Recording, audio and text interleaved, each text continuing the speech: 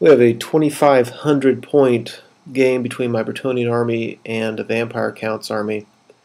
And this is a rematch of a game that was played a week or two ago. And in that game, the Vampire Counts just slaughtered me. And it was just really ugly. So I'm hoping to get a little bit of revenge here with my Bretonnians.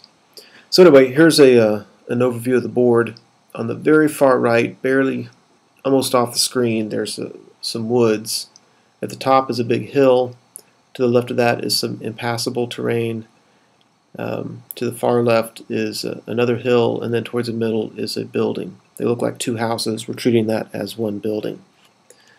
So it's a standard 6-foot by 4-foot table. It's not quite 4 foot, it's about 4 inches shy. So there's the overview. So as far as deployment, on my far right flank, he has a vampire that has the scout special rule. And I know this build with him. He, in addition to being a scout, he's got 18 inches of march move on him. So, yeah, so that's where he's at there. You see behind him there's some doggies. And then he's got his 4 big blocks of infantry. He's got 3 skeleton units. The one in the very back has a vampire with the Crown of Commandment. And the one in the middle is Graveguard with his vampire lord, who is just as killy as anything I've ever seen. So to the left of that, he's got some more doggies. He's got Cairn Wraiths with the Banshee, a unit of 9 Black Knights with the White King and the Vargulf. So I'm looking at his deployment, and I think it's pretty smart of him, because my troops take up so much room, I have to spread out a little bit more. And he's got 3 heavy hitters right here. Vargulf, Black Knight unit, and that Banshee unit. It's going to be really, really tough to deal with. So what I thought I'd do is really just kind of ignore the skeleton units and try to be away from them. So my way of doing that was I put the small unit of Knights Errant in my corner to protect my flank as much as it can. I put my bowman there with defensive stakes, really trying to get some pot shots off on his Vargulf. I know it'll be tough to hit and tough to wound, but he won't be able to use his regeneration. So put some Pegasus Knights, because I can use them where I need them. I can fly them out of there if I want to.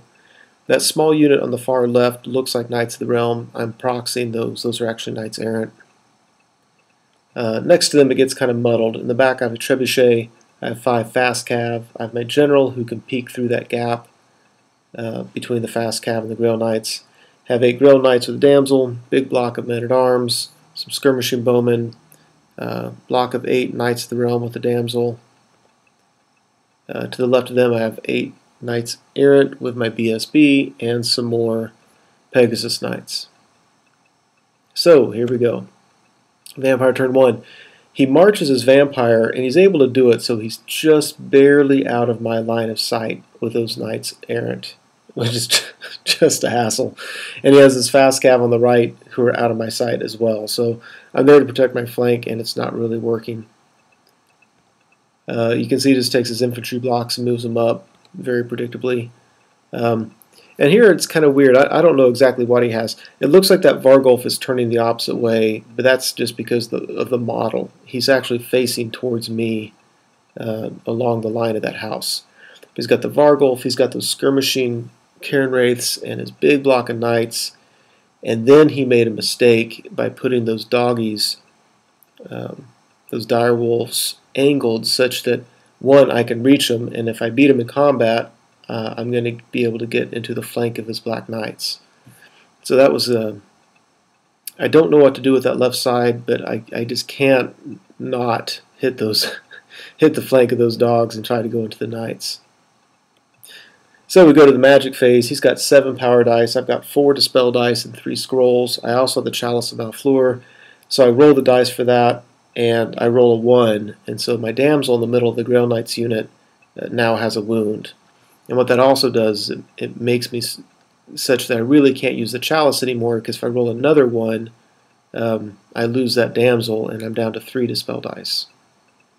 So that was unfortunate. Also during the magic phase, he raised some zombies behind those woods. So Bretonnian turn 1. You can see I'm taking my troops on the left and really just trying to encircle them. I have the Pegasus Knights up there. I think I'm going to use those Knights Errant on either his Vargolf or his Cairn Wraiths, wherever I can, really. I've got enough combat res. I think I have as good a chance as I'm going to get. Put my general over there because I know a lot of my troops are going to have to take terror tests pretty soon, and I want to use his leadership. I'm keeping my big block of Knights of the Realm at the lower left in reserve, just to probably to bring them over to the right, because I don't know if I can trust them against all those terror causers on the left. Over here, this is really tough because it doesn't look like it from this angle, but my Grail Knight unit next to my Trebuchet, they started the game a little bit forward from where they are now, and I thought I might have been in reach to hit that Vargolf who's hiding on the other side of that house. I could see him, I was real close to being in reach, and if I could have got him, I think I would have killed him, especially through combat res, and I would have overran into the Banshee unit in such a way that they wouldn't have been able to stand and shoot, and it would have been beautiful. But it was so close that I felt that if I failed it, I was really going to be in a bind. So instead I marched my men-at-arms up and I backed my Grail Knights up just a little bit so the Vargolf couldn't get me. In hindsight, I should move those Grail Knights up, but regardless, I didn't. So on the right, I took the Pegasus Knights and flew them into the flank of those wolves just to get them out of the picture. That should be an easy victory, and I can fly off the board. I angled my Knights Errant towards the vampire, and I turned my bowman around just to get some pot shots off at him. I think he only has 2 wounds, and if he gets in combat with me and he misses attacks, I'm going to have an outnumber, and I might be able to pop him through combat res. So it's a small chance, but that's what I was going for there. And I took the small unit of Knights Errant that looks like Knights of the Realm, and I went ahead and charged into the flank of that, the Direwolves unit in the middle of the board, and I'm pretty sure I'm going to beat him, and then I'm going to go into the flank of the Black Knights unit. So that's taking advantage of one mistake my opponent made. My Trebuchet misfired on turn 1 and couldn't shoot this turn or next turn. That's what that's showing. So, beat the combat with the wolves. My guys are safely off the board. I rubber lanced my attacks. I killed the wolves, and then I overran to the flank of the... no, I didn't rubber lance, I'm sorry. I did well against the wolves, killed them all, and overran into the flank of the Black Knights. So I don't think this is a favorable combat for me in the long run. Even though it looks like it should be, it's not. But if nothing else, I'm holding up that unit, and if I can get somebody else there to help me in time, I can finish them off. So, Vampire Count's turn 2. He takes his Cairn Wraith's Banshee unit, declares a charge against my BSB Knights of the Realm unit. I'm going to hold, and I fail my terror test, and I run like 14 inches or something. So that was a little bit frustrating. I was willing to take that just to try to wear him down through combat res. He takes his vampire over here. He charges my bowman. Otherwise, you can see he's just kind of moving his skeleton units up. The one at the top left, you can tell he's angling that to go help with his Black Knight combat. Actually, he declared a charge on my guys, and then we determined that he couldn't see my guys, so that's actually a failed charge up there. So anyway, here's another look at what him moving his skellies up. So here's the combat on his turn.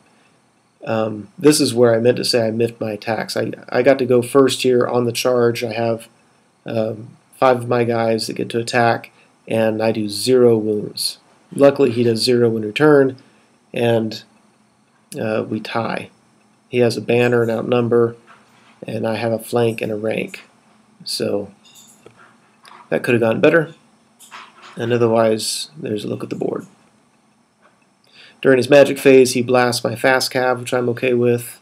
I'd rather him do that than blast anything else. And there's another look at the board after the fast cav,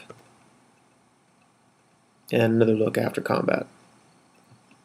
So there we are. We're at the end of 1.5 turns, and not sure how it's going so far for me. I'm still not sure I'm going to deal with this left side of the board. I think his Black Knights are going to beat me pretty quickly in combat, and curious to see how it goes from there. So the second half will come up in just a minute.